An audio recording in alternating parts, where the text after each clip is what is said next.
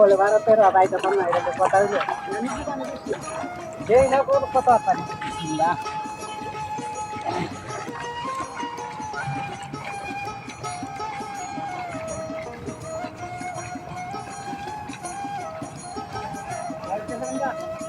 তো এই যে দেখুন চলে আসলাম ওদের কাছে।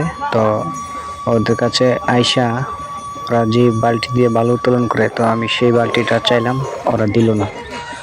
ভাবছে কি আমি পানি নিচে যাইতে পারবো না, কারণ ওরা বলতেছে এখানে 15 হাত পানি আছে। তো আমি বললাম যে দাঁড়াও, আমি নিচ থেকে বালু হাতে আইনা আপনাদেরকে দেখাচ্ছি।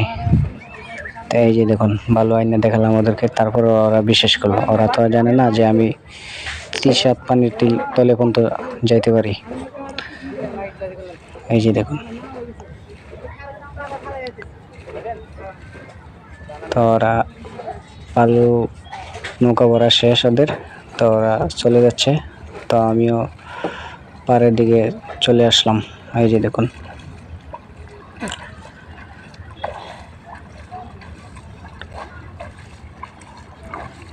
ওরা যেখান থেকে বালুগুলো উত্তোলন করছে সেখানে 15 হাত পানি আছে।